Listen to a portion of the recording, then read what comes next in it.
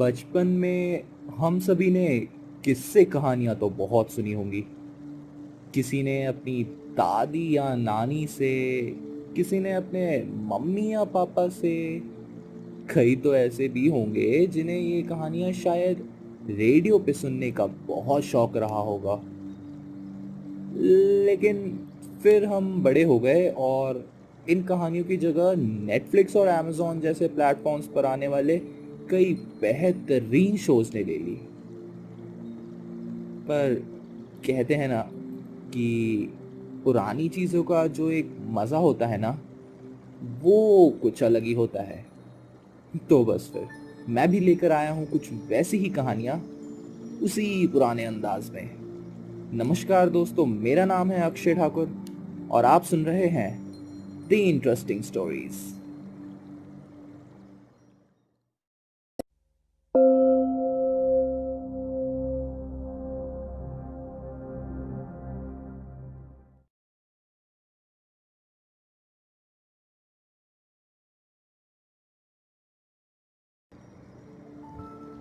कहते हैं कि इंसान के साथ जो कुछ भी होता है वो महज इत्तेफाक भर नहीं होता। हर इंसिडेंट कहीं ना कहीं किसी ना किसी चीज़ से कनेक्टेड होता है। बट बहुत लोग इन बातों को मानते नहीं हैं। अब अपने अतुल को ही ले लीजिए। साल था 2016 और महीना था मार्च का। 28 साल का अतुल कश्यप पेशे से A&H नाम की MNC में मैनेजर था। लाइफ सेट थी अतुल की।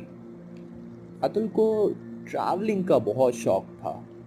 जगह जगह जाकर फोटो खिंचवाता था और फेसबुक पर अपलोड करता रहता था। फैन फॉलोइंग बहुत थी अतुल की। अभी पिछले महीने ही भाई साहब इजिप्ट घूम कर आए थे। पर कहते हैं ना कि खुशियां ज्यादा टाइम साथ नहीं देती।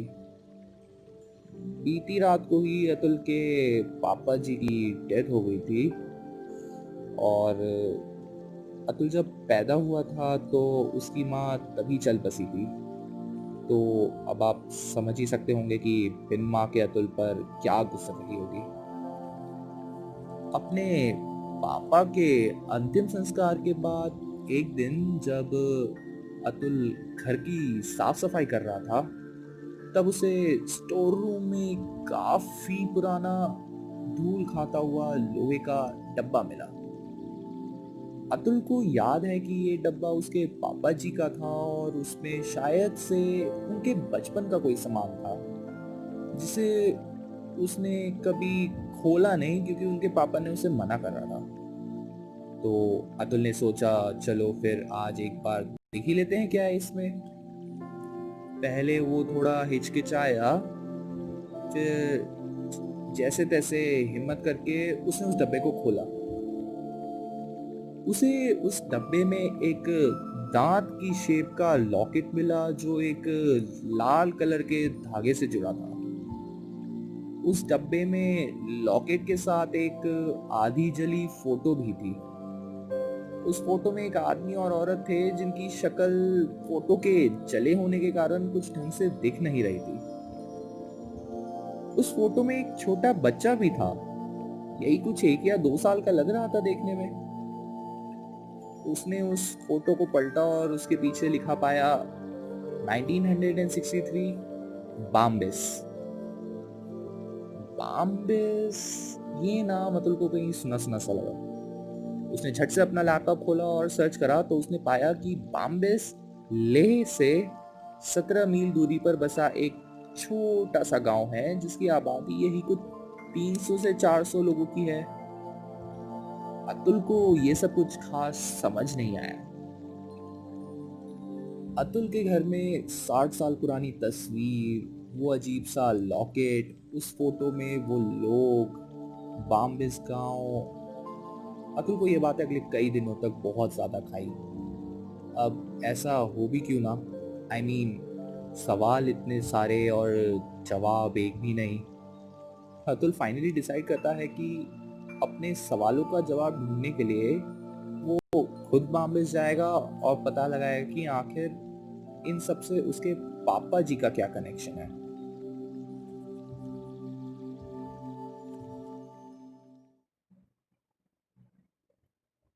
5 अप्रैल की सुबह को अतुल अपना सारा सामान अपने छोटे से ट्रैवलिंग बैग में डालता है और बॉम्बे के लिए अपनी बाइक पर ही निकल जाता है। इस छुट्टी के लिए उसे अपने बॉस से काफी रिक्वेस्ट करनी पड़ी थी, तब जाके कहीं कुछ मामला संभला था। खैर, दिल्ली से बॉम्बे पहुंचने में उसे करीब 26 घंटे लग गए और 6 अप्रैल को जब वो बॉम्बे पहुंचा तो वहीं गांव से आधे घंटे की दूरी पर लोकेटेड होटल आरजू नाम के एक छोटे से गेस्ट हाउस में ठहरा। वहां के मालिक थे मिस्टर मुकेश, जिनसे अतुल की परसों रात को ही फोन पर पहली बार बात हुई थी। होटल आरजू एक छोटा सा काम चलाऊ but still comfortable guest house था, जहां एक टाइम 1 से 2 फैमिलीज ही स्टे कर सकती थी। वहां एक मेड थी जो सुबह आती थी और साफ सफाई करके चली जाती थी, और खाना पास के ढाबे से आ जाता था। मुकेश भी वहां अकेले ही रहता था। अतुल ने कुछ घंटे रेस्ट करा और फिर अपना सर्च ऑपरेशन वहीं से स्टार्ट करा। इसकी शुरुआत उसने सबसे पहले मुकेश जी से ही करी। उसने सबसे पहले उनसे थोड़ी बातचीत बनाई और उसने पूछा, मुकेश जी, आप तो यहीं के रहने वाले लगते हैं, आपको तो यहाँ के बारे में बहुत पता होगा। तो इस पे मुकेश जी कहते हैं कि नहीं नहीं, ऐसा भी कुछ नहीं है। मैं जब बहुत ही छोटा था ना, तो मैं और मेरा परिवार बैंगलोर चला गया था, और फिर मैं यही 6 से 7 साल पहले ही यहाँ आया हूँ वापस। तो ज़्यादा कुछ तो उतना भी नहीं पता। इस पे बड़े ही हैरानी के साथ अतुल बोलता है कि अच्छा, तो क्या आपको इस बात का आइडिया होगा कि यहाँ आसपास कोई ऐसी दुकान हो जहाँ पुराना सामान बेचते या खरीदते हो? एक पॉन शॉप? एक शॉप है तो, बट अतुल जी, आपको क्या काम? तो अतुल बताता है उसे कि अरे नहीं नहीं, बस एक पुराना सामान है जो यहीं का है, तो सोचा दिखा दूं।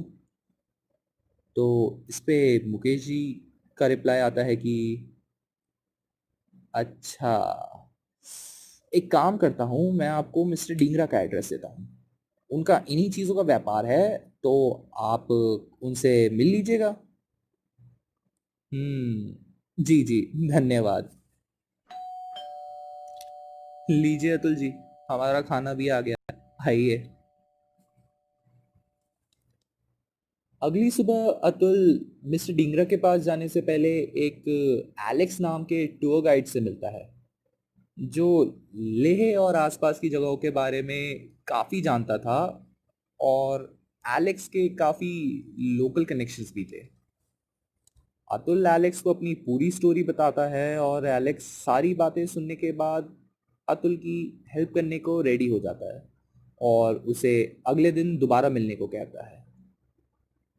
अतुल एलेक्स को बाय बोल के सीधा मिस्टर डिंगरा की शॉप पे जाता है, जिनका एड्रेस मुकेश जी ने पिछली रात को ही उसे दिया होता है।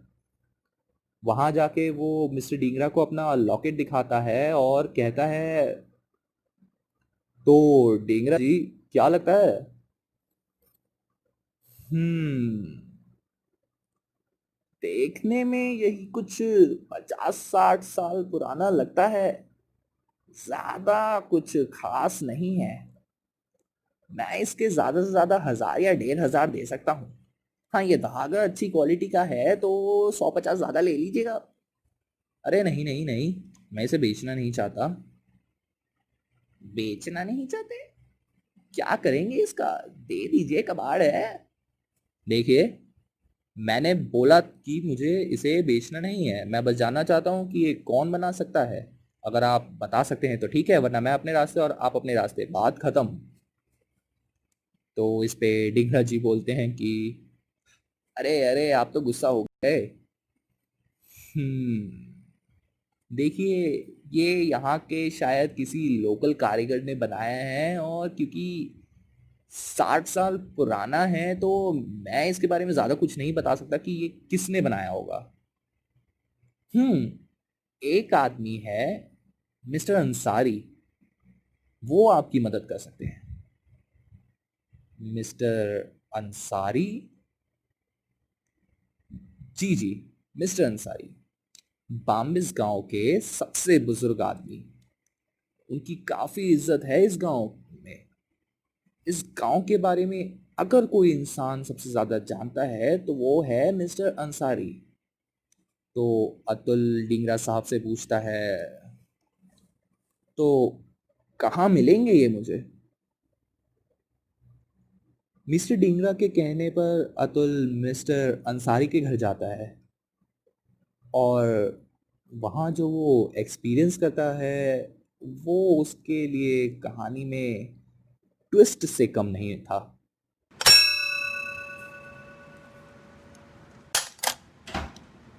हेलो? हेलो? कोई है क्या? हेलो? अरे कौन आ गया सुबह सुबह बुड्ढे को परेशान करने? क्या है, कौन हो भाई तुम? जी, मेरा नाम है अतुल। मैं जरा यहाँ आपकी मदद मांगने आया हूँ। जी, ये मेरे स्वर्गीय पिताजी का लॉकेट है। शायद यहीं कहीं के किसी लोकल आदमी ने बनाया है। क्या आप ये लॉकेट देख के इसके बारे में कुछ बता सकते हैं, प्लीज? अच्छा, लाओ दिखाओ। लीजिए। हम्म ये लॉकेट यहीं का है? हाँ हाँ, यहीं का है, यहीं का है। अच्छा,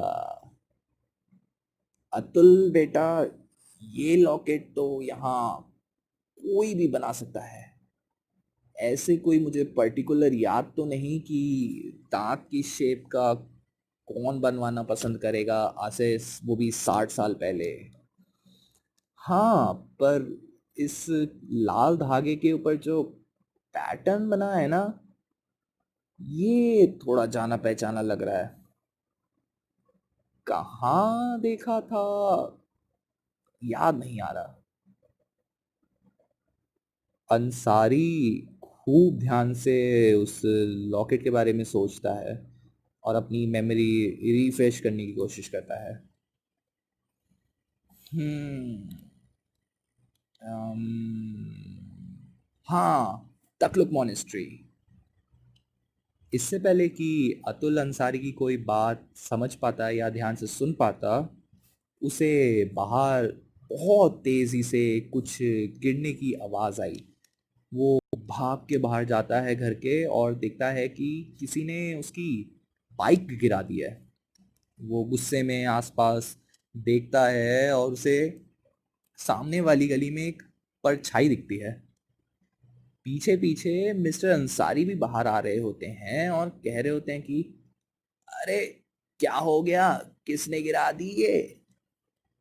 अंसारी साहब जैसे ही कदम बाहर रख रहे थे, वैसे ही उनके घर के बाहर लगा एक बड़ा और मोटा होर्डिंग उनके सर पे आके गिर जाता है, जिससे उनका सर फट जाता है और वो बेहोश हो जाते हैं। अतुल भाग के जाता है और अंसारी जी को उठाता है और आसपास मदद के लिए चिल्लाता है कि उसे तभी थोड़ी दूर पर एक आदमी का साया दिखता है जो उसे घूर रहा होता है। अतुल इससे पहले कि उसे कुछ बोल पाता, वो आदमी पलक झपकते ही गायब हो जाता है। फिर आसपास के पड़ोसी आते हैं और अंसारी जी को पास के हॉस्पिटल में लेके जाते हैं।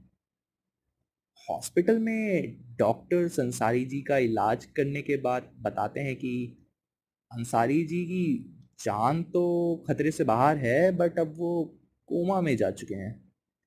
कब बाहर आएंगे कोई आइडिया नहीं। थका हारा अतुल वापस गेस्ट हाउस चला जाता है। अतुल के दिमाग में बस यही चल रहा था कि आखिर उसकी बाइक किसने गिराई और वो परछाई किसकी थी, वो आदमी कौन था जो ऐसे भूतों की तरह गायब हो गया। अतुल अपने सवालों का जवाब तो ढूंढ नहीं पाया, बट साथ ही में उसे कुछ नए सवाल और मिल गए। क्या अतुल अपने सवालों का जवाब पता लगा पाएगा? क्या उसे इस लॉकेट का राज पता चल पाएगा?